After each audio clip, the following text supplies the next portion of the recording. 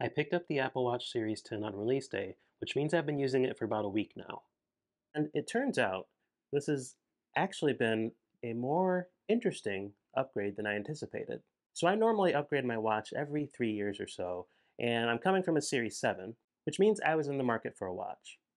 Plus, the battery for my Series 7 has said service required for about 3 or 4 months now, so I've been limping along waiting for this upgrade. Now, when I watched the keynote, the only thing that really stood out to me for the Series 10 was that it was thinner and lighter. And if you follow this channel, you know that those are two of my favorite words when it comes to tech.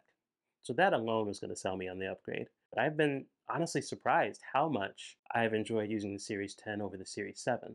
I bought the 42mm titanium Series 10 in the natural titanium color and with the white or starlight or whatever color it is, sport band. The last couple Apple Watches, I've been going with the smaller size because I finally accepted that I have small wrists, and the bigger watches just don't look good on me.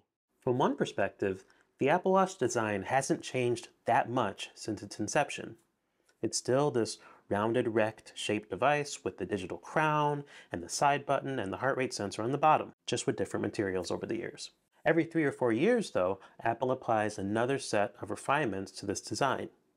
This year, they were able to make the standard watch thinner and a little bit wider. Apple has called the design sleeker, and I think that's the right word here. The updates here make the previous design and the Apple Watch Ultra design feel chunky and clunky. This thinner and wider design is an interesting side effect of feeling like it's sitting flatter on my wrist. I don't think the heart rate sensor is any smaller, so it's really just the reductions Apple talked about in the keynote that were part of this internal redesign. Fortunately, with this redesign, we maintain another year of backwards compatibility for watch bands, so all of the watch bands I have will still work. It's been noted that the bezels on the Series 10 are bigger than the previous design, and yes, that is true. In everyday use so far, I've not been able to tell the difference. So many of the interfaces in watchOS still have black backgrounds, so a lot of what you do on the watch ends up kind of blending in with the bezels anyway, so them being bigger to me hasn't really been a big deal. The Series 10 still ends up looking pretty modern, but I know that for some people, just as a matter of principle, if the bezels get bigger, that's a bad thing. The display looks great, but that's not new. The display's always looked good. The supported max brightness is up to 2000 nits, up from 1000 nits on the Series 7, but I haven't really been able to see this difference so far. Brightness levels, at least in my normal use cases, have not been noticeably different. I also haven't noticed any real benefit from the wide-angle OLED display. This technology makes it easier to read the screen when you're looking at it off-axis and at an angle. Now, the benefit of the display actually has kind of delighted me has been the moving second hand when in always-on display mode for select watch faces. This wasn't even a feature I was asking for, but it's been surprisingly nice to glance down at my watch and see the second hand moving. It really just makes the Series 10 feel more alive compared to the previous designs. For the Series 10, I chose the natural titanium color, and it thankfully doesn't look much different than the stainless steel Series 7 I'm coming from. Really, if you would have told me it was stainless steel, I wouldn't have questioned you.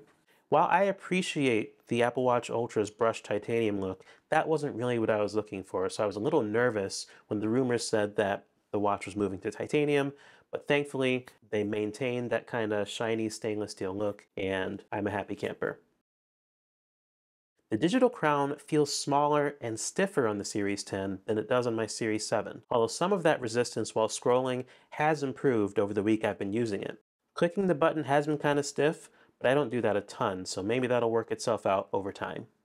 Moving to a titanium material makes the Series 10 about 20% lighter than its predecessor, which doesn't sound like a lot, but for something you wear, every gram really does matter, and that's something that Vision Pro owners I know can attest to.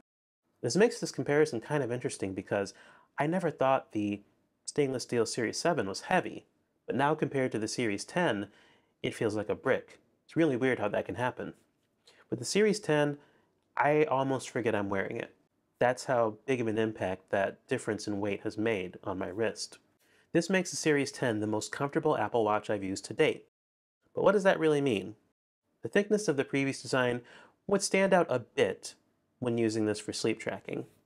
Whenever I would lay down, it would take me an extra minute to get comfortable with it on my wrist. With the Series 10, that initial moment of discomfort has gone away completely. And just like that, the Apple Watch becomes a better sleep tracker, at least for me. So let's look at the Series 10 from a functionality perspective. Like, has it really improved the way I use the watch? And when I say use the watch, for me, that's using it for Siri or for listening to music or podcasts, checking off reminders, using the Home app, things like that. The biggest improvement here has been the S10 SiP, or System in Package. The S10 contains the same faster processor that came to the Series 9 last year, which means for me, coming from the Series 7, the entire device feels snappier, especially with watchOS 11. The S10 also has a neural engine, which means that there are some tasks that for my Series 7 would have been CPU bound that can be offloaded to the neural engine for improved battery life and responsiveness, like double tap. Double tap also is not new for the Series 10, but it's new if you're upgrading from an older watch.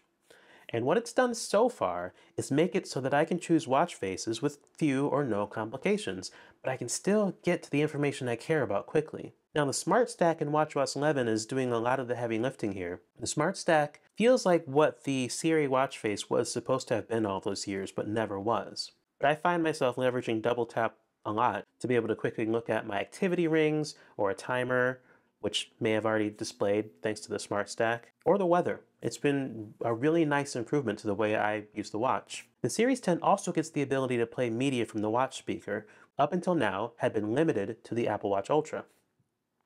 While the speaker sounds fine, I'm not going to be leaving my AirPods at home. New episode, Tom Anderson and Jeff Battersby together once again. Hello, Jeff. Good morning, Tom. How are you? I'm doing well. Since I'm calling this a review, I should probably mention what some of the downsides are about this device.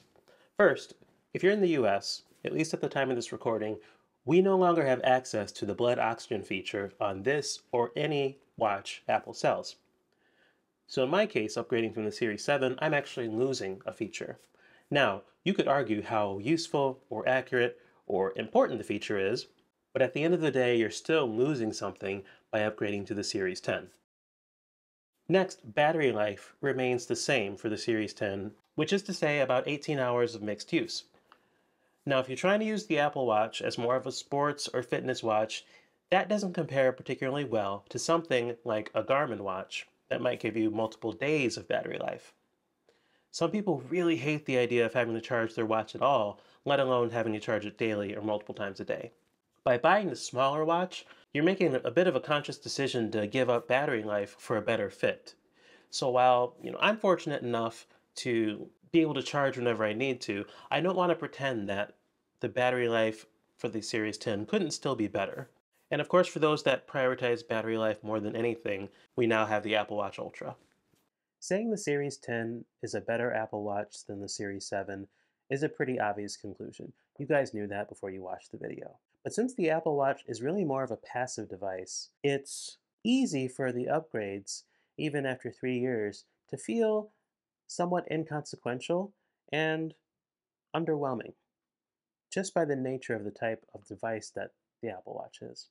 But the combination of the Series 10 being light enough for me to forget I'm wearing it, the thinner design just feeling better on my wrist, and the wide-angle display making it easier for me to glance at the time, have made this upgrade really just delightful. Thank you for making it to the end of the video if you did. If you could like the video and subscribe to the channel on your way out, that would help me and the channel out a bunch. Make sure to follow me on social media at SlatePad, and I will catch you in the next one. Take care.